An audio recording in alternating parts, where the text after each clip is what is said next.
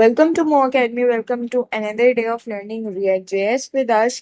Last time हमने पढ़ा था creating and using custom hooks के बारे में। हमने सीखा था कि हम किस तरह से कस्टम हुक्स बना सकते हैं। एक तो वो हुक्स होते हैं जो आपको रिएक्ट की तरफ से मिल रहे होते हैं, और फिर अगर आप चाहते हो कि आप खुद से कुछ कोई ऐसे हुक्स बनाओ जो बार बार यूज में है, आपको बार बार ना बनाना पड़े, तो आप उसके लिए कस्टम हुक्स भी बना सकते हो।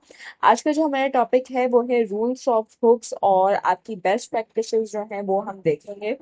तो सबसे पहले हुक्स हमारे पास यहाँ पर आई गेस हाँ एंड हो जाएगा। ये लास्ट वीडियो है हमारी हुक्स पे।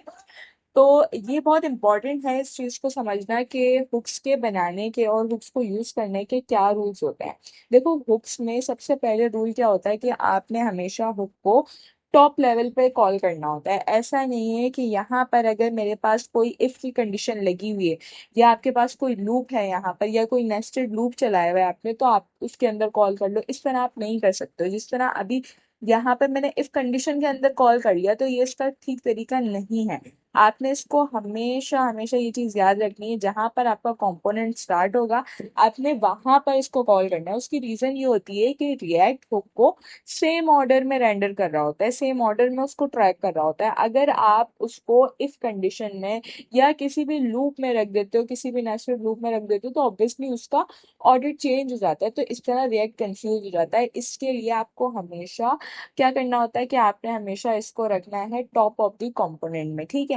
फिर सेकेंड रूल हमारे पास आ जाता है कि हमेशा जो हुक्स होते हैं वो रिएक्ट कंपोनेंट्स में कॉल होते हैं या कस्टम हुक्स में कॉल होते हैं। अब ये चीज तो जब हमने हुक्स का टॉपिक स्टार्ट किया था ना, मैंने आपको तभी बताई थी कि आप क्योंकि हुक्स जो है वो प्रोवाइड ही हमें रिएक्ट करता है, तो ऑब्वियस सी बात है कि हम उसको यूज भी रिएक्ट के ही कंपोनेंट्स के अंदर कर सकते हैं, या अगर आपने कोई कस्टम हुक बनाया है तो आप उसके अंदर उसको यूज कर सकते हो, उसको कॉल कर सकते हो। अच्छा, एक चीज आपको यहाँ पर ध्यान में रखना है। मैंने आपको स्टार्ट में ये चीज बताई थी जब मैं आपको बेस्ट प्रैक्टिसेस के बारे में बता रही थी कि यहाँ पर क्या चीज इंपॉर्टेंट है। कि देखो, अब मैंने आपको क्या बताया, क्योंकि हुक तो कॉल ही रिएक्ट के कंपोनेंट्स में होता है।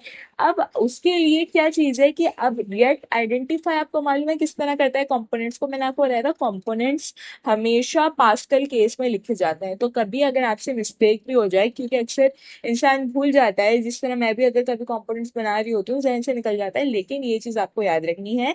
और वैसे तो एरर भी आ जाता है, एरर आ जाता है आपके पास अगर आप पास्कल केस में नहीं बनाते हो।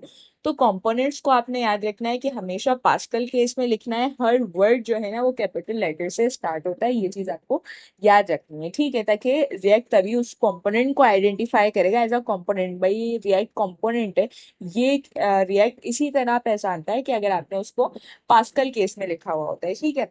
फिर हमारे पास बेस्ट प्रैक्टिसेस में आ जाता है कि भाई आपके पास अगर कस्टम हुक्स आपने बनाए हैं, जैसे हमने लास्ट वीडियोस में कस्टम हुक्स बनाना सीखे थे, आपने हमेशा उसको यूज से स्टार्ट करना है। ये भी आपको देखो, कुछ ऐसी चीजें होती हैं जो रिएक्ट के अंदर पहले से फीड हुई नहीं है ना, तो वो उन्हीं उसी हिसाब से वो उसको जो है ना वो ढूंढ रहा होता है। आपने कोई भी चीज बनाई है तो वो उसमें सर्च कर रहा होता है। फॉर एग्जाम्पल, मैंने आपको बताया कि हुक्स जो है वो रिएक्ट के ही कंपोनेंट्स में कॉल हो रहे हैं, तो यकीनन कोई रिएक्ट में मैकेनिज्म लगा हुआ होगा ना कि वो उसको आइडेंटिफाई करेगा। जो भी चीज आप रन करने की कोशिश कर रहे हो कि आइदर वो रिएक्ट का कंपोनेंट है कि नहीं। इसी तरह जो कस्टम हुक्स हैं, अगर आपने हुक्स बनाने हैं तो ये रिएक्ट में आपके पास कुछ रूल समझ लो आप, कि आपने हमेशा उसको यूज से ही स्टार्ट करना होता है। ऐसा नहीं है कि आप जो है ना वो अपनी मर्जी से गेट स्टार्ट में लगा दो। आप बनाना हुक चाह रहे हो, स्टार्ट में आपने उसके गेट लगा दिया, तो इस तरह से नहीं होता। फिर सेकंड चीज हमारे पास क्या आ जाती है कि अच्छा, ये चीज आपको याद रखनी है। हमने जब यूज अफेक्ट का हुक यूज करा था, सीखा था, तब भी मैंने आपको बताया था कि आपके पास एक चीज होती है डिपेंडेंसी, अगर आपको याद हो तो।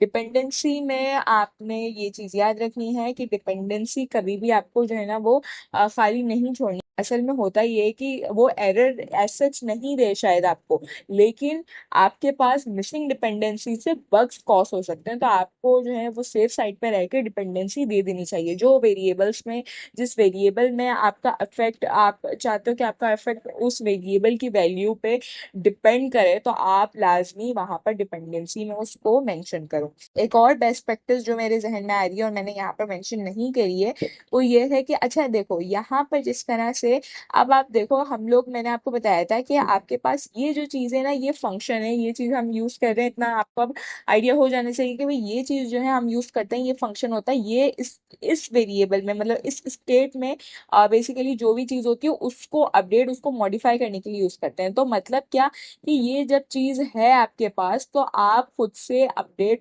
खुद से मॉडिफाई नहीं करोगे। मतलब ये कि कर तो मैं इस तरह भी सकती हूँ ना कि मेरे पास ये यूजर की स्टेट है, मैं चाहूँ तो अभी तो फिलहाल इसमें नल है, नीचे आकर मैंने इसको भी अपनी मर्जी से यूजर को मैंने वन ऐड कर दिया। लेकिन ये सही तरीका नहीं है। आपके पास सेट यूजर का फंक्शन है ही इस काम के लिए कि आपने क्या करना है, आपने जब भी अपडेट करना है इसको, तो हमेशा आपने सेट यूजर फंक्शन का इस्तेमाल करना है ताकि आपके पास कोई भी एरर ना आए, और बेस्ट प्रैक्टिस भी यही होती है, ये काम इसी तरह से होना चाहिए।